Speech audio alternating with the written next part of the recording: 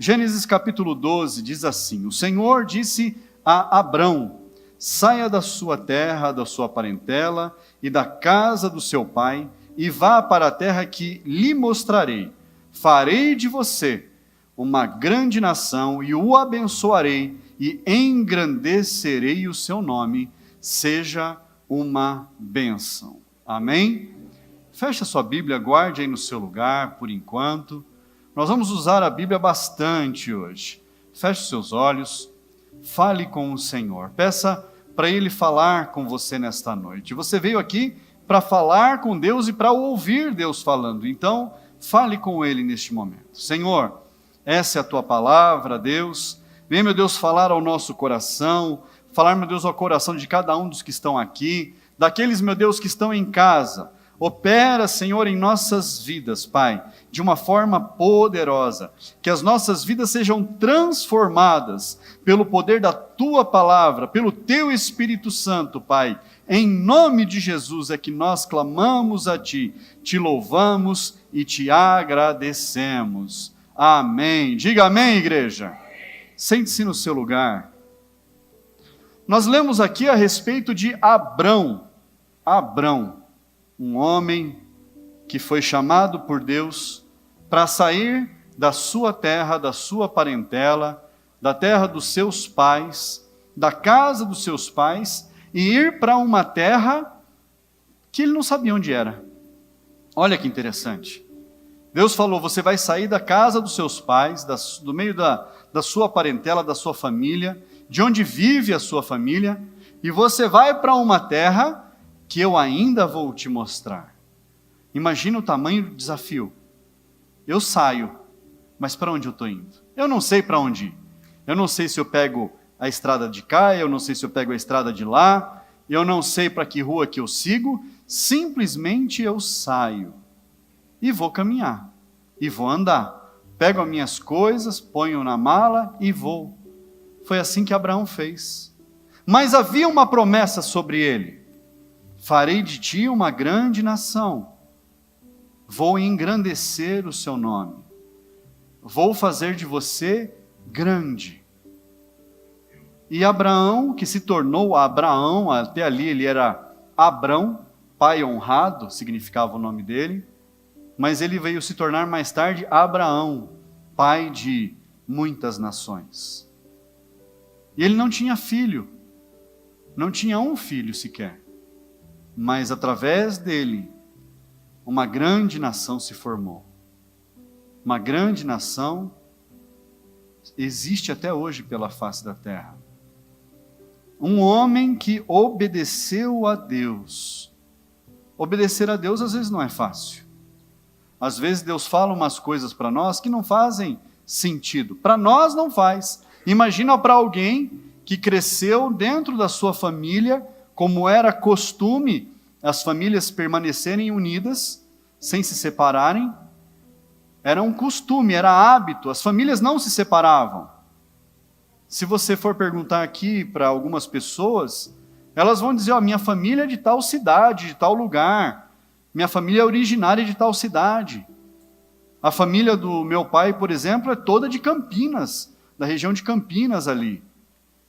Então, a família da minha mãe era de Minas, veio para Campinas. Mas algumas famílias você vê que elas cresceram em determinadas regiões, e isso acontece até os dias de hoje.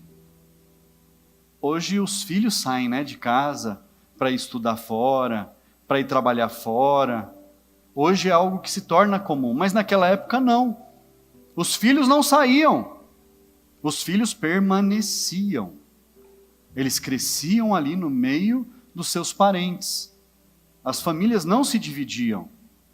Mas Deus falou algo diferente para Abrão: você vai sair da sua casa, você vai sair da sua família. Era algo novo, não era habitual. Não é como um filho hoje que vai para a faculdade. Não era normal, era algo diferente, era uma novidade. Mas Abrão ouviu a voz de Deus e ele obedeceu. Repita comigo: ele obedeceu. E através dele, através dele, a palavra de Deus diz que todas as nações da terra são abençoadas. Através de Abraão, nós somos abençoados. Meu Deus, pastor, como assim? Há mais de 3, 4 mil anos atrás? Exatamente, porque uma promessa foi feita para este homem. Promessas foram feitas a muitos homens.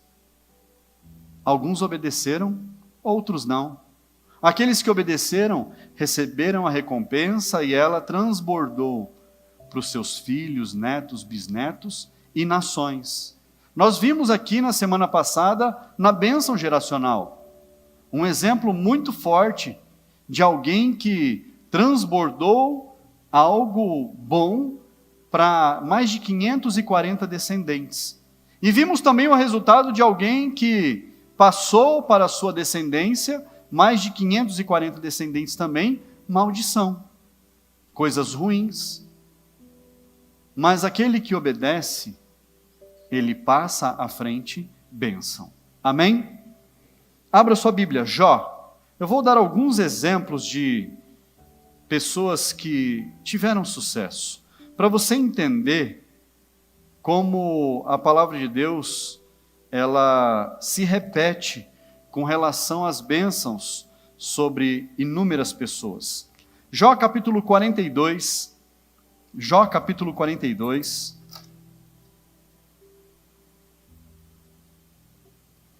Jó foi um homem que foi provado por Deus. Ele perdeu tudo o que ele tinha. Jó era dono de muitos camelos. Para que o camelo servia? Para transportar bens, transportar cargas. Então, Jó era dono da maior transportadora da época que existia na face da terra. Olha só, era isso que ele era, dono da maior transportadora. E só que diz a palavra de Deus que veio um grande problema sobre a vida de Jó. Ele perdeu os seus filhos, as suas filhas morreram, o seu gado foi roubado, os seus camelos foram roubados, todos os bens de Jó se perderam. E ficou ele e a esposa, somente ele e a esposa.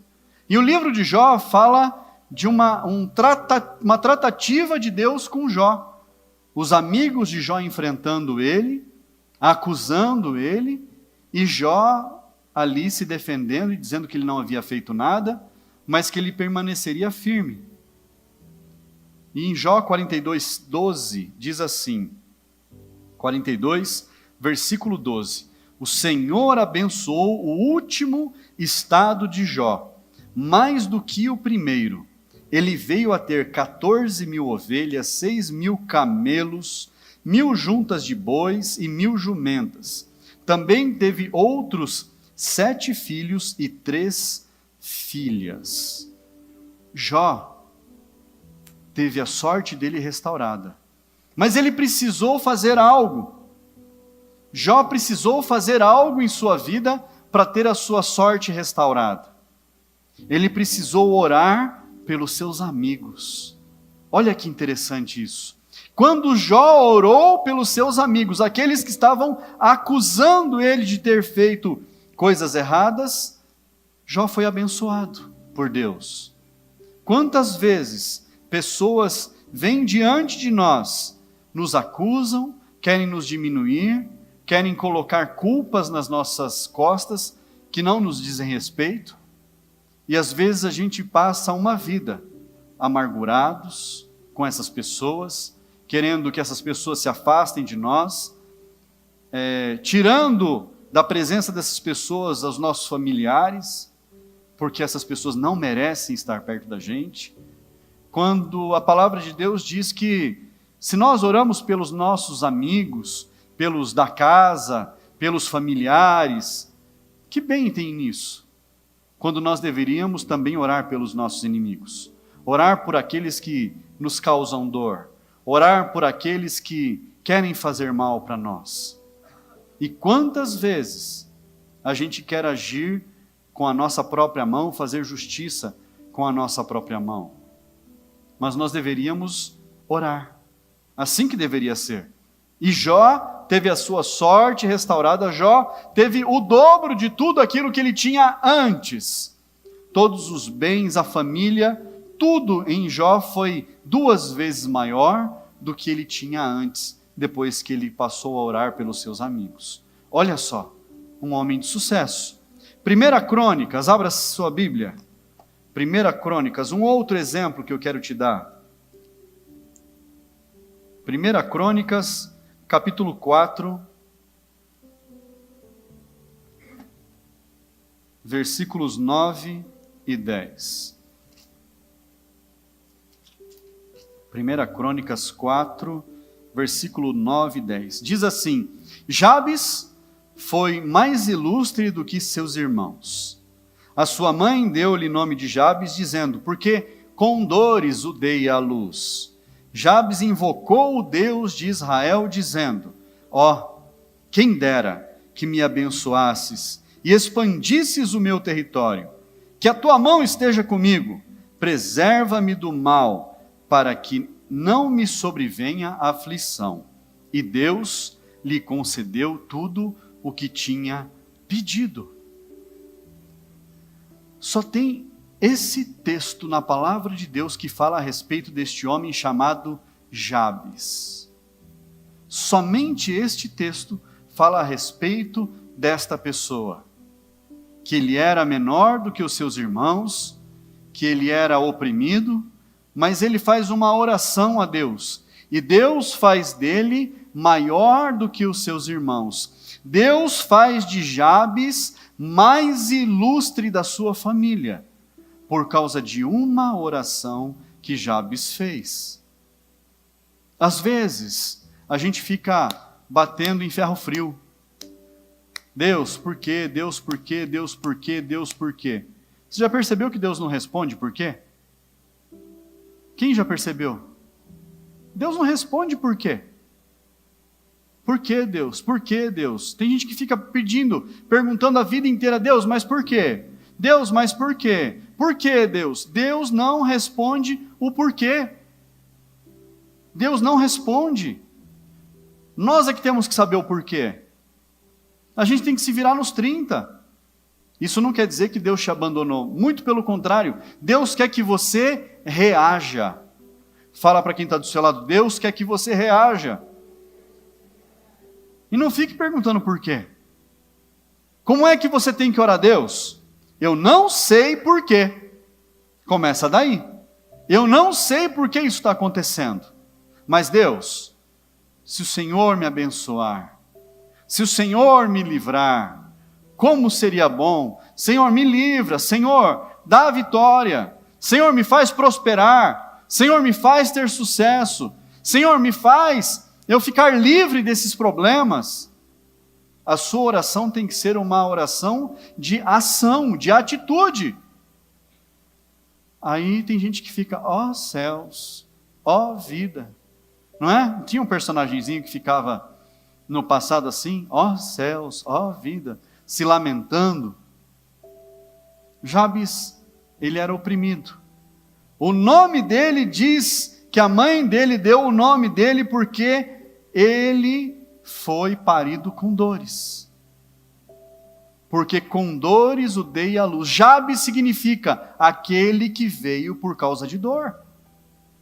O nome dele não era bom. O nome dele não era bom, dizia algo ruim. Lá perto do trabalho, em São Paulo, tinha esses albergues que só mora moça. Lá em São Paulo tem muito disso. Quarto só para moças, quarto só para rapazes. E tinham lá só para moças. Um dia eu estou saindo do trabalho assim, e eu vi uma moça batendo palma lá, e chamando uma moça lá, Lohuama, Lohuama. Eu falei, meu Deus, parece um nome bonito, né? Você conhece alguém que se chama Lohuama? Quando você conhecer, entenda que esse nome ele significa a desprovida da graça de Deus.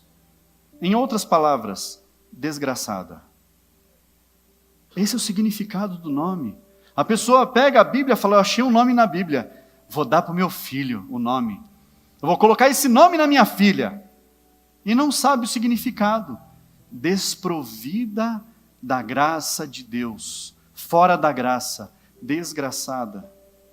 Olha só. Precisamos tomar cuidado, porque os nomes na Bíblia têm significado.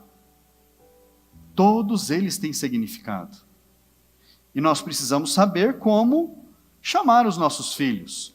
Jabes teve o seu nome porque ele nasceu dando dores para sua mãe.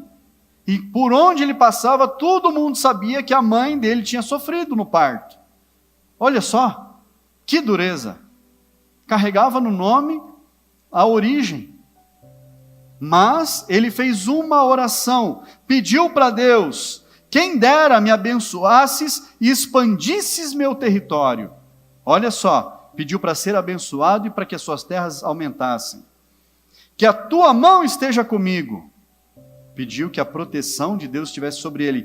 Preserva-me do mal, para que não me sobrevenha aflição. E o Senhor concedeu tudo o que ele tinha pedido. Uma oração simples. Às vezes a gente quer complicar as coisas. Jabes fez uma oração simples e Deus o ouviu. Deus o atendeu. Abra sua Bíblia, Gênesis ainda, capítulo 26. Falei que a gente ia usar bastante a Bíblia ainda, a gente está apenas na metade. Gênesis capítulo 26. Apenas 2 versículos, versículo 12. Isaque semeou naquela terra e no mesmo ano recolheu 100 por 1, porque o Senhor o abençoava. Ele enriqueceu, continuou prosperando, ficou riquíssimo. Olha só, aí você pode pensar assim: Isaque estava num lugar bom. Isaque estava numa terra que produzia muito. Isaque estava num lugar que havia muitas produções, muitos fazendeiros, muitos produtores rurais. Isaque estava num lugar que era próspero, que só tinha gente de boa lá, trabalhando, colhendo, chovia bastante. Nada disso. Isaque estava no meio do deserto, no meio de um povo inimigo. Os inimigos cercavam Isaque. E ele semeou quando todo mundo estava guardando as suas sementes, porque estava muito seco, porque não estava chovendo, porque não tinha sinal de chuva. Todo mundo estava recolhendo, guardando as suas sementes. Isaque semeou. Isaque semeou numa terra que era totalmente improvável. Longe da sua casa, longe da sua parentela, no meio de um povo inimigo, numa terra desconhecida. Isaque semeou, e a palavra de Deus diz que naquele mesmo ano ele colheu 100 vezes por 1. E o que aconteceu com ele? Continuou prosperando, ficou riquíssimo. A bênção, ela não está no lugar. A bênção, você pode pensar assim: não, eu vou para São Paulo, porque lá é terra de oportunidade. Eu vou para Piracicaba, porque lá tem mais opções. Eu vou para não sei onde, porque na terra de não sei onde é próspero. A prosperidade não está no lugar. A prosperidade está sobre a pessoa. E você é abençoado de Deus, você é próspero onde você estiver. Você é abençoado onde você estiver. Você pode estar na pior terra, no lugar mais improvável, o Senhor te abençoa. E o contrário também é verdade, a pessoa pode estar no lugar mais próspero, no meio das pessoas mais abençoadas. Se sobre ela não estiver a bênção, não tem o que fazer. Não tem o que fazer. Não vai para frente. Você já viu gente assim? Que ela anda com gente boa, gente que tem dinheiro, ela anda com gente próspera, ela anda com empresários, ela anda com gente que deu certo na vida, mas ela não dá certo. Já viu isso acontecer, gente? Quantas vezes você já viu isso acontecer? Parece que pinga para todo mundo, mas para ele não molha nem a cabeça. Quando chove, ele fica seco. Ou quando está sol para todo mundo, a nuvem de chuva está em cima dele. É assim a pessoa que não está debaixo do favor de Deus. É assim que acontece com quem não está debaixo da bênção de Deus. Mas quando nós estamos no caminho da prosperidade, onde nós estivermos, o que nós fizermos dará certo.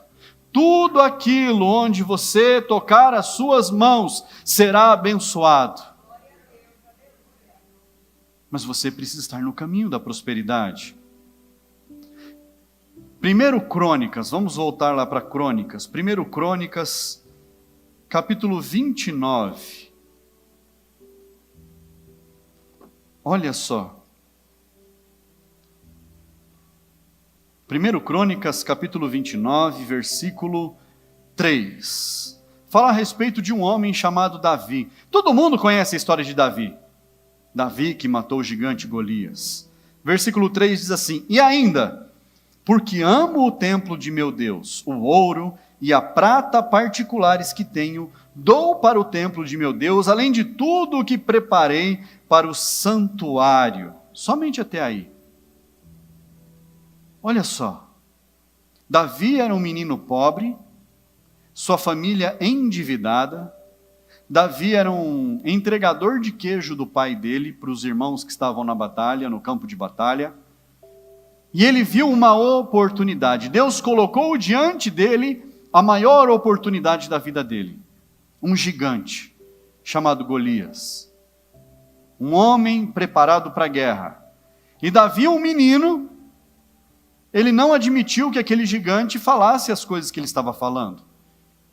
Ele não entendeu porque os seus irmãos, que eram homens guerreiros, não haviam ainda enfrentado o gigante. Que eram homens grandes, formados, guerreiros. Mas Davi, um menino pequeno, falou para o rei Saul: eu vou enfrentar o gigante. Qual que é a promessa que tem aí? E Saul falou: olha, quem matar o gigante, a sua família vai receber ouro e prata. Além disso, vai ter todas as dívidas canceladas e não vai precisar mais pagar impostos para o resto da vida. Olha que maravilha! Além disso, ainda vai casar com a filha do rei. Eita! Davi falou: é para mim esse negócio. Eu vou casar com a filha do rei. A minha família não vai pagar impostos. Nós vamos receber a recompensa. E Davi foi e matou o gigante. Todos conhecemos a história. Ele enfrentou um menino franzino, um rapaz ainda jovem, mas aqui Davi já era rei, já estava passando a sucessão do trono para Salomão, seu filho. E aqui Deus fala para ele: olha, Davi, você não vai construir o templo, quem vai construir o templo é o seu filho. E o que Davi fez? Pegou todo o seu tesouro, um menino pobre que não tinha nada, que cuidava das ovelhas mancas e malhadas do seu pai. Não tinha nada. Ele aqui entrega ouro, prata, bronze, pedras preciosas, todo o seu tesouro para que o templo fosse construído. Olha só, como que Deus pode mudar a nossa sorte, como que Deus pode mudar a nossa história. Mas o que fez Davi chegar até aqui? Davi tinha um coração ensinável. O coração de Davi era ensinável. E com quem que Davi aprendia? Com Deus. A palavra de Deus diz que Davi tinha um coração segundo Deus. Segundo o coração de Deus. Deus se agradava do coração de Davi. Davi era perfeito? Não, homem pecador, falho como nós, mas o coração dele era ensinável. Ele gostava de aprender, ele falava para Deus: Senhor, ensina-me os teus caminhos.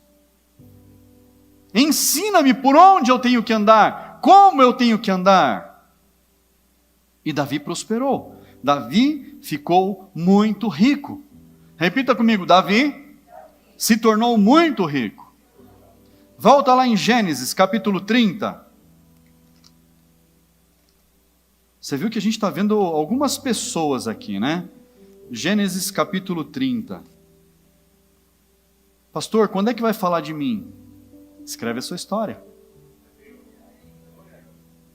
Escreve a sua história. Gênesis, capítulo 30, versículo 43. Fala de um homem chamado Jacó, que saiu de casa apenas com um pouco de azeite na mão, fugido do seu irmão. Olha só, não tinha nada, apenas a roupa do corpo e um pouquinho de azeite. E olha só, e o homem se tornou mais e mais rico, teve muitos rebanhos, servas, servos, camelos e jumentos. Jacó, quando ele voltou para se reconciliar com seu irmão, ele estava milionário. Mas o que Jacó fez quando estava fugindo? Quando ele saiu de casa e no meio do caminho ele precisou parar para dormir, para descansar, ele fez um voto com Deus. Deus se apresentou a ele em sonho. Ele viu uma escada, anjos desciam e subiam, levando as orações. Anjos desciam e subiam. E quando ele acordou, ele teve muito medo. Ele falou, esse lugar é terrível. Eu tenho muito medo. E ali ele fez um voto com Deus. Ele falou, se o Senhor me abençoar no meu caminho, por onde eu estou indo, de tudo eu entregarei o dízimo ao Senhor. Eu serei fiel ao Senhor em todas as coisas. Jacó fez um voto, apenas um voto com Deus. E Deus fez dele um homem milionário. 1 Reis, para frente aí, 1 Reis capítulo 10. Acompanhe comigo. Versículo 23. Fala a respeito do filho de Davi, Salomão.